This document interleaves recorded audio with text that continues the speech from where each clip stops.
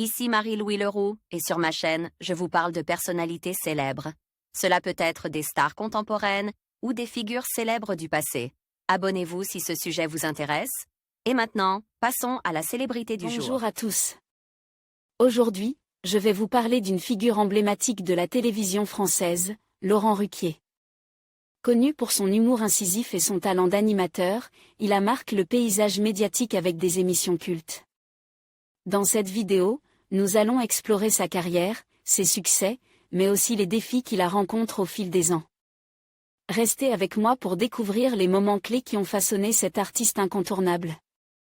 Fils d'un chaudronnier et d'une mère au foyer, Laurent Ruquier est né le 24 février 1963 au Havre, en Seine-Maritime. Issu d'un milieu modeste, il est le dernier d'une fratrie de 5 enfants. Dès le lycée, l'adolescent se fait remarquer de ses camarades par les satires qu'il publie dans le journal de l'école. Il entame des études de comptabilité et décroche un DUG administration économique et sociale à l'université de Rouen. Pour gagner son indépendance, il cumule les petits boulots, au chantier naval du Havre ou encore au lycée François 1er comme surveillant. Il fait ses débuts à la radio en 1983 dans plusieurs radios locales du Havre comme Radio Force 7 ou Radio Porte Océane, et présente notamment l'émission Les Petites Tétées. En 1987, Jacques Mello, séduit par ses textes, lui permet de réaliser sa première expérience à la télévision dans l'émission Paris Kiosque, sur France 3. En 1989, après un passage dans l'émission La Classe sur France 3, il devient chroniqueur aux côtés de Jacques Martin pendant un an pour l'émission Ainsi Font, diffusée sur France 2. En 1991, il arrive sur France Inter pour présenter une émission d'été. L'expérience est concluante et la station reconduit son émission, Rien à cirer, qu'il anime jusqu'en 1997. Parallèlement, après quelques échecs à la télévision avec les émissions Rien à cirer et les news, Laurent Ruquier lance Tout le monde en parle en 1999 qui séduit les téléspectateurs français.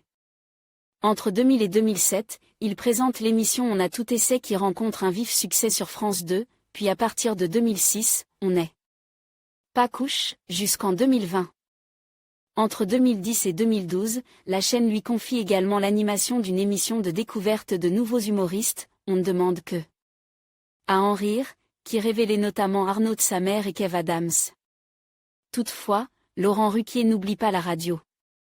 À partir de 1999, il devient animateur radio sur Europe 1 et anime On va se gêner, où il retrouve la même bande de chroniqueurs qu'à la télé.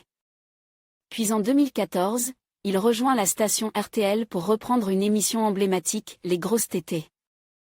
La nouvelle formule est un véritable succès d'audience, l'émission est diffusée sur Paris Première puis sur France 2 à partir de 2015. Depuis 2017, il anime l'émission Les Enfants de la télé sur France 2. En 2020, il anime également On est en direct, d'abord seul puis en duo avec Léa Salamé à partir de la rentrée 2021. Le 4 juin 2022, il présente pour la dernière fois l'émission On est en direct dont la présentation sera assurée par Léa Salamé à partir de septembre 2022. Le 12 juillet 2023, il annonce quitter France 2 sur Instagram, laissant son poste d'animateur des enfants de la télé et des grosses tétées. Il rejoint BFM TV où il anime son émission Le 20h de Ruquier. L'animateur annonce quitter la chaîne d'information en continu le 26 décembre 2023, seulement 3 mois après son arrivée.